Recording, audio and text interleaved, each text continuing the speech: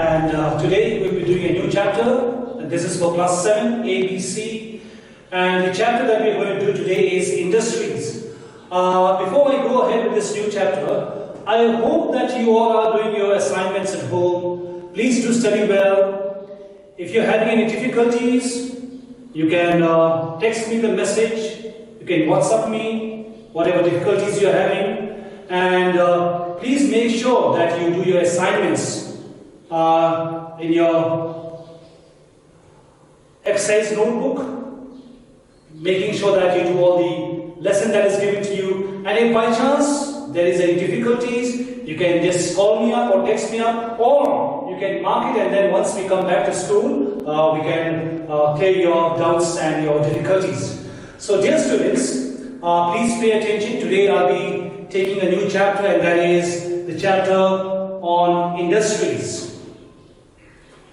Now, let us see a little bit about the background.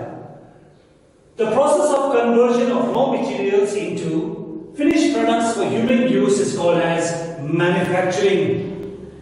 The manufacturing industry converts raw materials into finished products, usually on a large scale with the help of physical labor and mechanical power. That means in order to manufacture any goods, human labor is very important. Along with human labor, we have is mechanical power, which is also equally important. So along with these two resources, we are able to manufacture various types of goods. So let us see now what is an industry. An industry refers to an economic activity which is related to the production of goods. Any economic activity related to the production of goods is called as an industry. Example, iron and steel industry. See, iron and steel is manufacturing. Petroleum mining industry. See, petroleum is extracted, oil is extracted. Petroleum is processed and made. See, or refined. Entertainment industry are some of the examples of an industry. So an industry is basically an economic activity which is related to the production of goods. Various types of goods are there. So it is termed as an industry. Now let's see the need for industry. Why is industry important? In the ancient times, or in the olden days time, or a few years ago, India was an agricultural country. No doubt today also India is an agricultural country. Majority of our population are dependent on agriculture, directly or indirectly. But then now what happens? Slowly by slowly, we are shifting from the agricultural sector towards the industrial sector. More and more industries are coming up. See? So when industries come up, it benefits the country overall. The entire people living in the country benefits. So why is there a need for industries? The role of industries is very important in the growth and development of the nation. Some of the key factors are given below. I told you, in order for the country to progress and develop, industries play a vital role. If you depend too much on agriculture, then you become an agricultural country. You produce agricultural goods.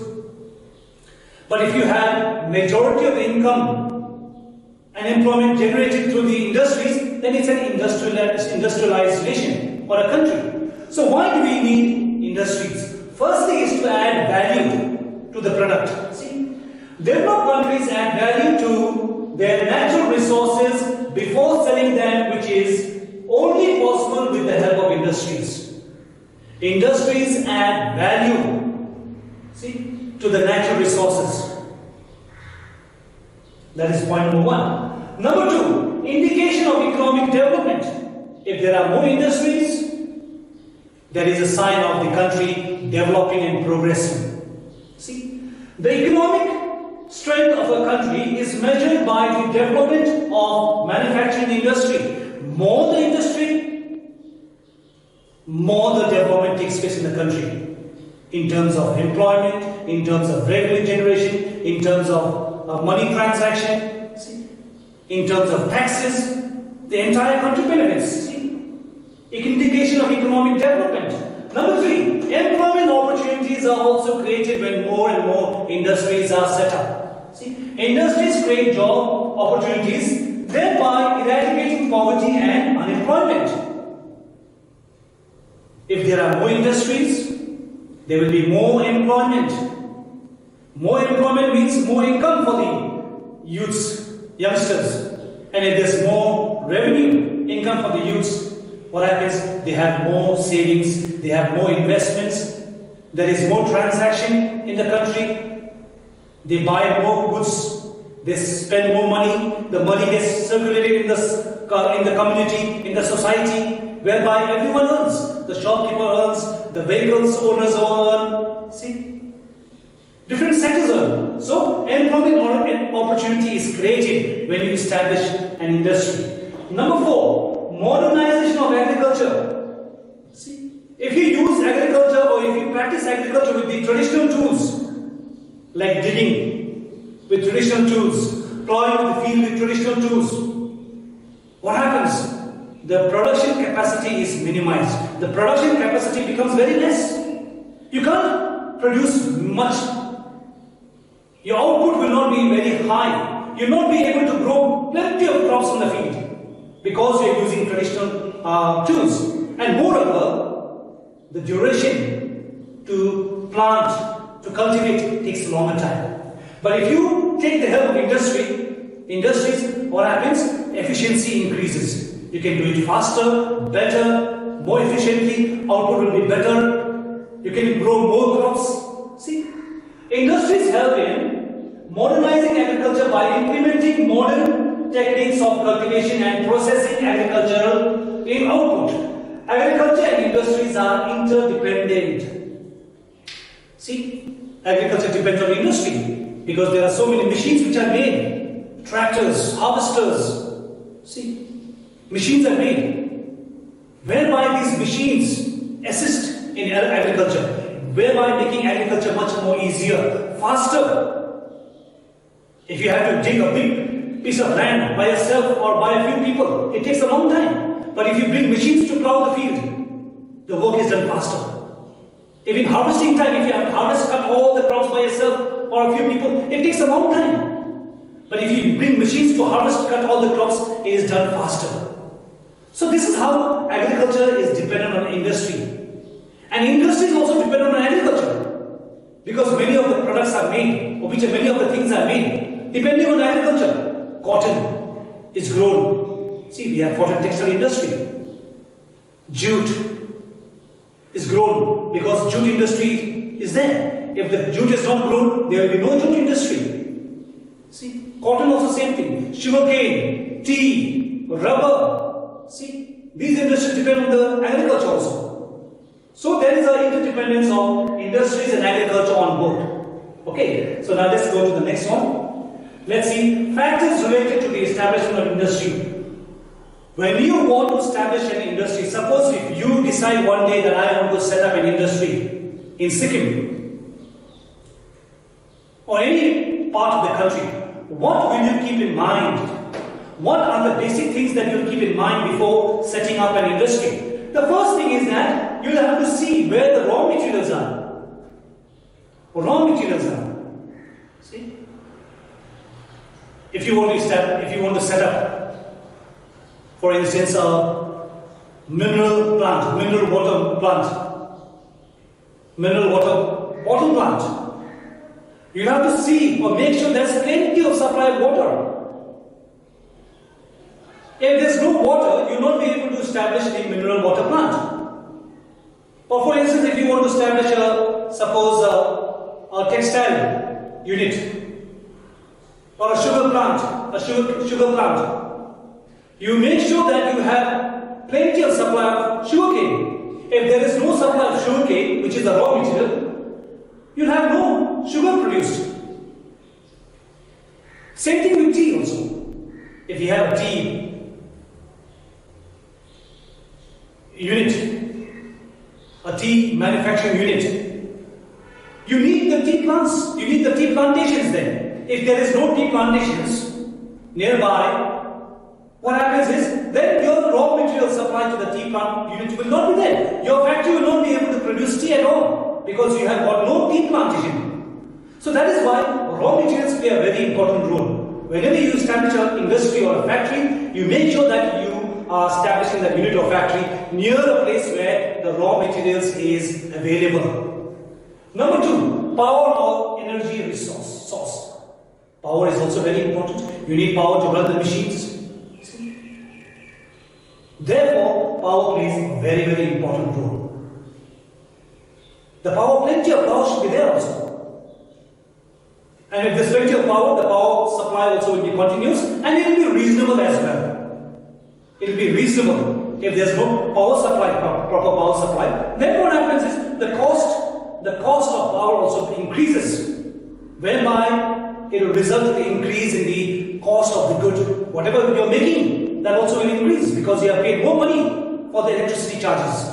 So there should be plenty of power, which also should be cheap power. Number 3 is labor. Labor plays a very important role. If there's plenty of labor, like in Bihar, Uttar Pradesh, West Bengal, see, the labor is very cheap. So if there's plenty of cheap labor, it will be easy for you to run the factory or industry or the unit. So there should be plenty of labor available. Number 4 is transport. The roads connecting to the towns and the raw materials should be good. You should have a good network of transport to bring in the raw materials to your industry and to take the finished products out of your industry and sell it in other parts of the country. So the transport should also be very good. If there's no road connecting to your industry, then there's a problem in bringing in raw materials to your industry and also supplying the finished product from your industry to other parts of the country. So transport is also very, very important. Number 5 is market. After you have made the mineral water plant, you have made the mineral water plant, or you have made the bottle, you have filled in the bottle with water, it's all sealed. Now, where are you going to sell it? You need a very good market. If there's a good market, then whatever you have made will get sold much more easily. So market is also very important. You have to study the people's demand in the market, what the people require. See, if you set up a mineral water plant in the plains, it will be sold much more compared to in Sikkim.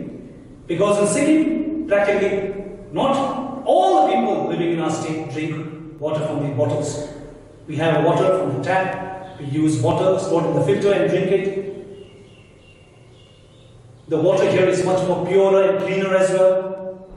That is why, the mineral water plant does not flourish very well in Sikkim compared to the plains. But we do have some plants in Sikkim also manufacturing the mineral water.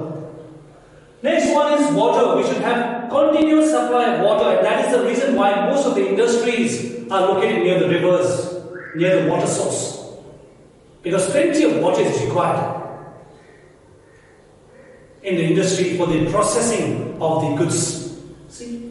Number 7, location plays a very important role. Where is your industry located? You cannot have an industry located in the mountains, or you cannot have an industry located in the deserts.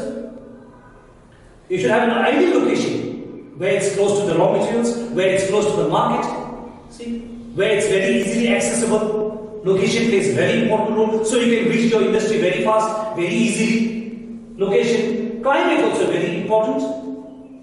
If you set up an industry, you have to study the climate of that particular place. If you set up an industry, an ice cream industry, in a manufacturing unit in Calcutta, it will do much better compared to Sikkim because of the climate conditions. See? If you, for instance, set up an umbrella manufacturing unit, it will do better in places where there is plenty of rainfall rather than in places where the rainfall is very less. So, climate also is very important to be kept in mind when you set up an industry. Number 9, we have other factors like adequate capital, law and order, government policies play a very important role. You should have sufficient capital, reserve capital.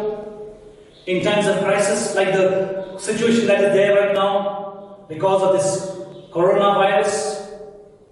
The global economy has come to a standstill. Many companies, industries are having a difficult time surviving, paying their employees. So you should always have some capital as a reserve to face the situations and crises that come during such instances. See? Adequate capital should be there. Law and order. The law and order of that particular place where you're establishing the industry also should be good. If you're setting up an industry where there's frequent strikes, frequent bunds, see, then you're not going to do very well. Law and order plays a very important role. But if you set up an industry where it's very peaceful, like in a state city, then the company runs almost throughout the year without disturbance, and therefore the production is huge, whereby the company earns a lot of money as well. Government policies also play a very important role. The government also should keep in mind to encourage industries to be set up in the country as well as in the state. You need to give certain relaxations to the industries, to the companies in the initial stage, so that they set up the plant. And if they set up the plant in our country, then what happens? More employment is generated, more revenues paid to the government, and therefore the economy of the country grows. So the government also should have a very good policy favoring people to establish industry and factories in our countries. So these are the factors which are related to the establishment of industry in any area. Now let's see the types of industries. We have different types of industries. Some are very small, some are large. Some are the cottage industries that we have. Now what is a cottage industry? These are primarily a household industry. Craftspeople along with their family members are involved in the production of products such as baskets, ropes, pottery, handlooms, textiles, pickles, jams and jellies. Minimal capital investment is done and the products are sold in the local area. So cottage industry is basically an industry where the craftsmen do the work at home. They don't go to a factory or an industry. There could be a processing unit also where they go and work for some time, but majority of the work is also done at home. So a cottage industry is basically an industry where the majority of the work of the craftsmen are done at home. See, like making baskets, making ropes, pottery, jam, it can be done at home. So that is a cottage industry where the craftsmen do majority of the work at their own home. Next one is a small scale industry. Now a small scale industry refers to those units where investment in terms of fixed asset in plants and machinery is less. These industries obtain raw materials from outside and sell their products through traders in local and outside markets. Power is used for the machines and a handful of people are employed. Example, toys, leather items, food items, utensils, etc. Small scale industries are those industries where the investment is less. Investment is less. The people employed in the industry is also less. Not huge. Maybe around 50, 60 or 100 at the most. See? 100, 150. Small scale industry. Less investment, less amount of employment is generated. And even the products which are made also is less. Output is less. What they make? Toys, see, leather items, food items, utensils and so on. Then we have large scale industry. Now a large scale industry is a huge industry where the investment is very high, employment is very high and the output is also very, very high. These type of industries are characterized by huge capital investment, use of heavy power driven machines and employment of a large number of people. These industries play a vital role in shaping the economy of our country. Indian large scale industries have been divided into 4 groups. India's industries have been divided into four groups. See, the first one we have is a basic industry. Now, basic industry means the main industry, the iron and steel industry. These are the main industries, so they are called the basic industry. Industries which make machines. Machines for agriculture, see? Machines for the other purposes of all the machines, the industries which are there. See, they are called as the basic industries, which make the main products. It says here in the book, see? Provides necessary inputs to agriculture and industries. Example, iron, steel, coal, chemical, fertilizers, see? Basic industries. Capital good industries. Capital good industries are those industries which basically make, for instance, machines. Machines like tractors, see? Machines like trucks. These are the examples of capital good industries. Industries which make machines like trucks and tractors and so on. Capital good industries. Intermediate good industries are those industries which make products for other industries. Intermediate industries are those industries which make goods for other industries, for instance, like a tire industry. The tire industry makes tires for the automobile industry. See? Isn't it? Tire industry is an example. See? Of an intermediate goods industry. So, then we have, for instance, the last one, consumer good industry. Consumer good industries are those industries where the industries basically generate consumer goods, like for instance sugar, paper, cloth, etc. These are called as the consumer good industries. So basic industries are the main industries like the iron and steel industry. Capital good industries are those industries which make machines like trucks, tractors and so on. Intermediate goods industries are those industries which make goods for other industries like tires. Isn't it? Tire is there. Then we have, for instance, if you see rubber can be made for various other products. See? Then consumer good industries. Consumer good industry is also an industry where the industries manufacture or produce consumer goods like paper, cloth, and whatever things are required. Now let's see the importance of large-scale industry. Why are large-scale industries very important? Large-scale industries are important for the development of any country. They produce goods like machineries, iron, steel and chemicals. They provide infrastructure such as railways, electricity and communication that are essential for the economic development and help in establishing ancillary industries. So, the large-scale industries are very, very important because it helps in the development of the country. They produce goods like machineries, iron, steel, chemicals, which are so very important for the industrial sector, which is so very important to generate huge amount of revenue and employment to the people of our country. That is why large-scale industries are very important because they are the main source of revenue generation and employment generation to the country.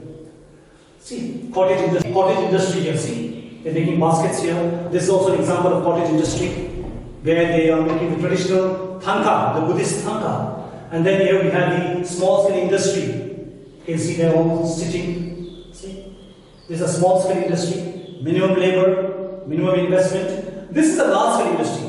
Huge amount of investment, huge employment, and huge revenue as well. Huge income as well. So this is a large-scale industry. Now let's see the nature of industry. We have different types of industries. We'll study them one by one. The first one is agro-based industry. What is an agro-based industry? An agro-based industry is an industry which depends on agriculture.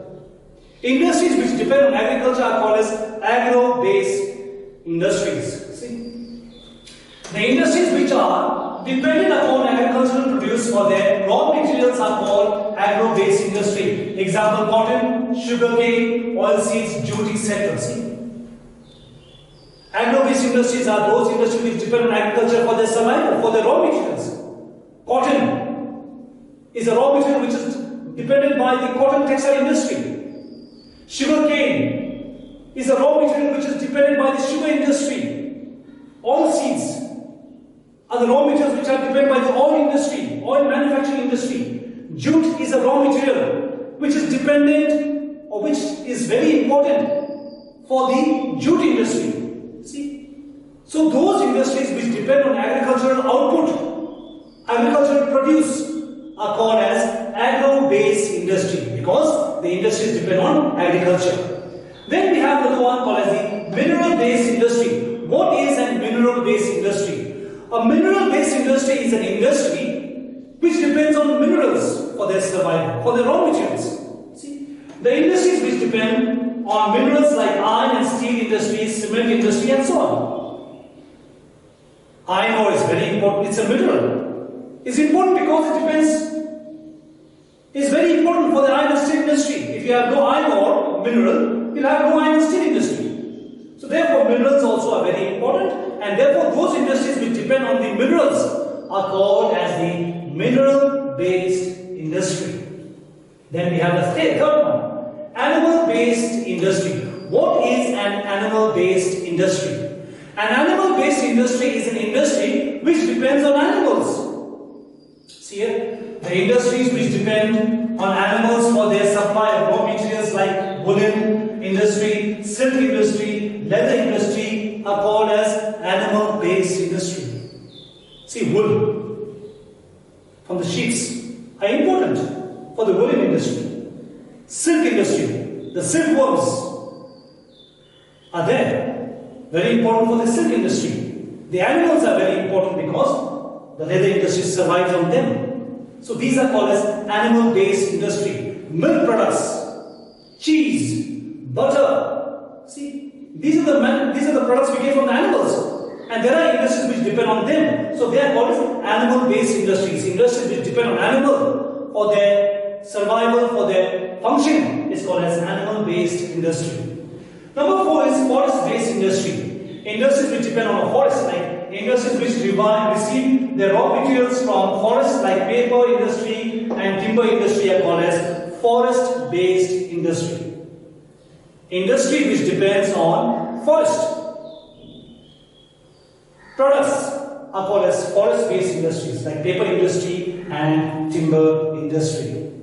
Now let's see here. See, agro-based industry. There are cattle here. See, ducks here. See, vegetables, crops grown here. This is the mineral-based industry. Iron ore, very important for the manufacture of iron and steel. Vehicles, automobile industry. This is the animal-based industry. See, cheese. See, can you see that? Cheese here, milk there. These are the products we get from the animals, so they are called as animal-based industry. Forest-based industry. See, we get timber from the forest, so they are called as forest-based industry.